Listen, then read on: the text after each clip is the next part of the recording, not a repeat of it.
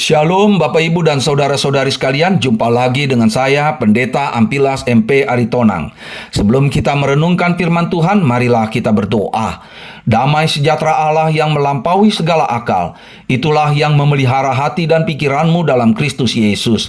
Amin. Nas Alkitab yang ditetapkan menurut almanak gereja kita tertulis dalam Matius 5 ayat 7. Berbahagialah orang yang murah hatinya, karena mereka akan beroleh kemurahan. Tema, berbahagialah orang yang murah hatinya.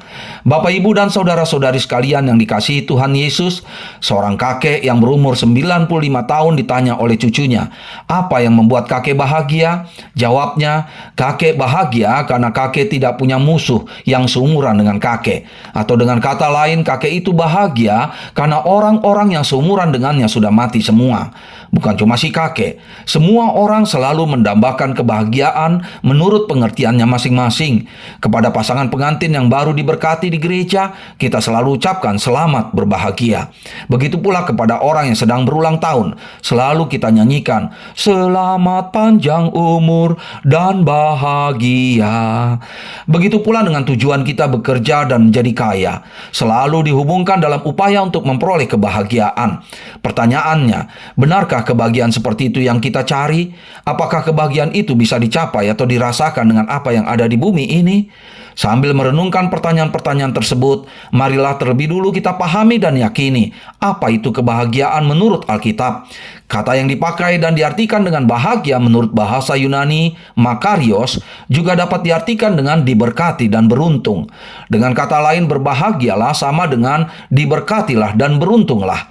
Tuhan Yesus mengajar dan menyadarkan kita tentang 8 kebahagiaan atau berkat atau keberuntungan untuk orang yang memiliki kondisi tertentu, yaitu yang miskin di hadapan Allah, yang berduka cita, yang lemah lembut, yang lapar dan haus akan kebenaran, yang murah hatinya, yang suci hatinya, yang membawa damai, dan yang dianiaya oleh sebab kebenaran. Sedangkan nas renungan kita ini hanya fokus pada kebahagiaan untuk orang yang murah hatinya. Ya, murah hatinya bukan berarti hatinya murah. Murah hatinya berarti pemurah, perasa, penuh belas kasihan dan suka menolong. Contohnya dalam perumpamaan Tuhan Yesus tentang orang Samaria yang murah hati. Waktu itu Tuhan Yesus sedang dicobai oleh seorang ahli Taurat melalui tanya jawab tentang apa yang harus diperbuat untuk memperoleh hidup yang kekal. Sebenarnya ahli Taurat itu sudah tahu jawabannya, yaitu kasihilah Tuhan Allahmu dengan segenap hatimu dan dengan segenap jiwamu dan dengan segenap akal budimu, dan kasihilah sesamamu manusia seperti dirimu sendiri. Namun ia minta contoh tentang kasihilah sesamamu manusia. Jadi Tuhan Yesus memakai perumpamaan orang Samaria yang murah hati ini untuk menjelaskan bagaimana caranya mengasihi sesama manusia. Kesimpulannya, menolong orang lain adalah perwujudan dari kemurahan hati, dan kemurahan hati adalah perwujudan dari kasih kepada sesama. Lalu apa yang membuat orang yang murah hati itu berbahagia?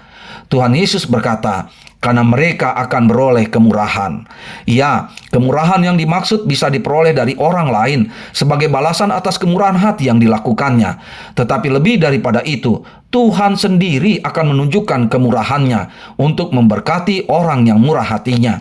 Dengan kata lain, berkebahagiaan orang yang murah hatinya adalah hidup di dalam lingkaran kemurahan hati yang diperolehnya dari sesama manusia dan terutama dari Tuhan sendiri.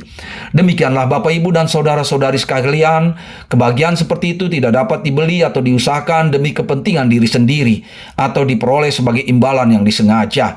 Kebahagiaan selalu dialami oleh orang yang mengasihi dan menolong sesamanya. Orang seperti itu merasa bahagia ketika melihat orang yang ditolongnya menjadi lebih baik dan berhasil. Ia tetap merasa bahagia meskipun orang yang ditolongnya tidak membalas apa-apa, termasuk ucapan terima kasih. Ya, kebahagiaan itu telah menjadi berkat dan keberuntungan bagi dirinya, tanpa maksud yang disengaja atau yang diusahakan demi kepentingan dirinya sendiri.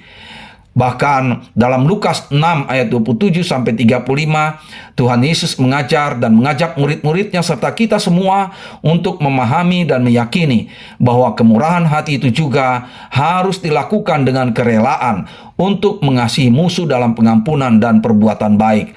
Saat itulah Tuhan Yesus berkata, "Hendaklah kamu murah hati sama seperti Bapamu adalah murah hati." Amin. Kita berdoa.